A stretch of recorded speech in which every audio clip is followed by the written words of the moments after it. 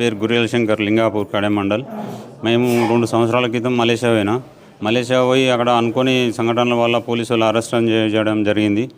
6 నెలలు జైలు ఉన్నాం. మేము అక్కడ ఇరుక్కుపోయినాక మా ఫ్యామిలీకి చెప్పినాం, గిట్ల పరిస్థితి ఇట్లా అయిపోయిందని చెప్పి మా పక్కోళ్ళు వీళ్ళకి చెప్తే మా భార్య పిల్లలు చాలామంది దగ్గరికి తిరిగినారు, చాలామందిని చేసారు ఇప్పుడున్న ప్రజెంట్ లీడర్ల దగ్గరికి. కానీ ఏ ఒక్క లీడర్ స్పందించలేడు, మాట్లాడలేడు, ఏది మాత్రం వెళ్ళిపోయలేడు. నా భార్య పిల్లలు ఏడిసి చేసి జాన్సన్ అన్న దగ్గరికి పోయి అక్కడ వాళ్ళ పరిస్థితి ఇట్లా ఉంది, ఇట్లా సంగతి, వాళ్ళని ఎట్లా చేసి ఇంటికి తీసుకురా, మా పిల్లలకు అప్పయ్యప్ప అని చెప్పేసి చెప్తే మా పిల్లల కన్నీళ్ళు, నా భార్య కన్నీళ్ళు చూసి అతను మా దగ్గరకు వచ్చి జాన్సన్ అన్న 2 నెలల కింద 3 రోజులు నీడదాగారం వదిలేసి అడ్వకేట్ను పెట్టి అక్కడ ఒక మనిషిని నిర్మించి సొంత డబ్బులు ఖర్చు పెట్టుకొని మా దగ్గరికి, మలేషియాలో ఉన్న వ్యక్తులకు కూడా మేము ఉన్న జైలుకు అలవట్లేదు.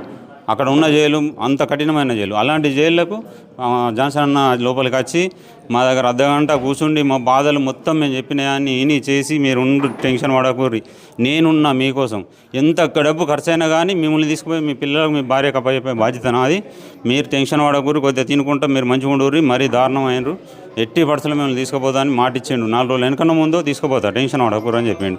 మాకు ఆ రోజు భరోసా కలిగింది. అప్పటిదాకా నమ్మకలేదు, మేము ఇండియాకి వస్తాము, మా భార్య పిల్లల్ని కలుసుకుంటామని. ఆ వరకు మాకు లాస్ట్ అనుకున్నాం, ఇక మలేషియాలో చచ్చిపోతామన్న ఆశ ఉండే. ఆఖరికి అయితే ఇక మనకి ఎప్పుడైతే వచ్చి జాన్సన్ అన్న కలిసిండో ఆ రోజు మాకు కొద్దిగా విశ్వాసం, నమ్మకం అనేది కలిగింది. ఎట్టి పరిస్థితులు వచ్చి మేము పిల్లలు కలుసుకుంటాము, అన్న మమ్మల్ని తీసుకుపోతాడనే నమ్మకంతో బుక్కడి తినుకుంటూ అట్లా ఇట్లా ఉన్నాం. అటు చేసి మళ్ళీ 2 నెలల తర్వాత మొన్న వచ్చి ఇంత తగినంత రాత్రి పగలనకుండా కష్టపడి తిరిగి అతను సొంత డబ్బులు ఖర్చు పెట్టుకొని మళ్ళీ అడవిగడితో మాట్లాడి మమ్మల్ని బయటకు తీసి 4 నెలల రోజులు కూర్చొని తినబెట్టి మమ్మల్ని అన్ని రకాల పేపర్లు తయారు చేసి, ఎంఏసీ నుంచి పాస్పోర్ట్లు, అవుట్ పాస్పోర్ట్, ఇమిగ్రేషన్ పనులు, టోటల్ పనులు కంప్లీట్ చేయించి ఎలాంటి మాకు టెన్షన్ లేకుండా అతను ఎంబటి ఉండి చెమటాలు అడుపుకొని నాదిరి పగలు నిడద లేకుండా 3 రోజులు సరైన అన్నం తినలేడు, నిడదపోలేడు మా కోసం. ప్రతి ఆఫీసుల చుట్టూ తిరిగి వాళ్ళ ముగ్గురిని చుట్టూ తీయాలని మస్తు ప్రయత్నించాడు. ఇక్కడ ఈ దగ్గర మలేషియా ఒక 20 లక్షల దాకా ఖర్చు అయింది టోటల్ ఇప్పటి వరకు. ఇంకా 5 లక్షలు ఖర్చు అయితే వాళ్ళు ఇండియాకి వస్తారు, ఇంకా ముగ్గురు. ఇప్పుడు 20 లక్షలు ఖర్చు అయింది, ఓన్లీ ముగ్గురం వచ్చినాం. ఇంకా 5 లక్షలు అవుతుందా 10 లక్షలు అవుతుందా కన్ఫర్మ్ లేదు. అయినా కానీ ఇంకా ప్రయత్నాలు నడుతూనే ఉన్నాయి. అడవిగడ్డ తిరుగుతుంది, అక్కడ ఉన్న మనిషి తిరుగుతుండు, వాళ్ళ కోసం చాలా ప్రయత్నాలు అవుతున్నాయి. వాళ్ళని 6గురిని తీసుకురావాలని అన్నకు చాలా కోరిక ఉండే. కేటీఆర్ సారు సూర్యసేనల వరకు ఇద్దరు కలిసి మాకు జీవితాంతకాలం యాదిమారం, వీళ్ళిద్దరి కోసం మేము సాధ్యమైన మటుకు మేము బతుకున్నంతకాలం మా పిల్లలు మేము రుణపడి ఉంటాం, వాళ్ళ కోసం పని చేస్తాం, వాళ్ళ కోసం ఇది చేస్తాం. ఏ విషయంలో అయినా వెనకాడేది లేదు. కేటీఆర్ అన్న, జాన్సన్ అన్న ఎవడన్నా ఏమన్నా అన్నా కానీ మేము ఊకుండేది లేదు, దేనికైనా సిద్ధం అవుతాం. మాకు ఇప్పటి వరకు జీవితాంతకాలం మేము మా మీద ఆశ లేకుండే మేము ఇంటికి వస్తామని. ఈరోజు జాన్సన్ అన్న సార్ దయ వల్ల, అన్న దయ వల్ల, కేటీఆర్ సార్ దయ వల్ల నా భార్య పిల్లలకు కలుసుకున్న సంతోషం. నాకు జీవితాంతకాలం ఆ అన్నకు నేను రుణపడి ఉంటా. కేసీఆర్ సార్కు, కేటీఆర్ సార్కు అందరికీ జీవితాంతకాలం నేను సేవ చేసుకుంటా. చాలా రూపాయలు ఖర్చు పెట్టిండు, ఆయన సొంత డబ్బులు ఎక్కడ చూడ వెనకాలేడు.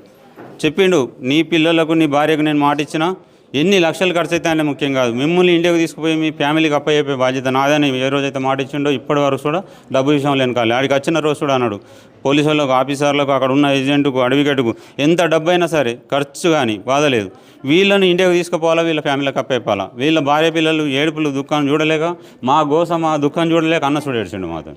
ఆ రోజు అక్కడ జైల్లో కూడా అన్న కూడా పోలీసు వాళ్ళు షాక్ అయ్యారు, జైలర్లు కూడా షాక్ అయ్యారు. అన్న ఏడుపు చూడలేక అన్న కళ్ళకి వెళ్ళి నీళ్ళు వచ్చినాయి. ఇంత పెద్దోడు మా కోసం అతని కళ్ళకి వెళ్ళి నీళ్ళు వస్తే మేము తట్టుకోలేకపోయినాం.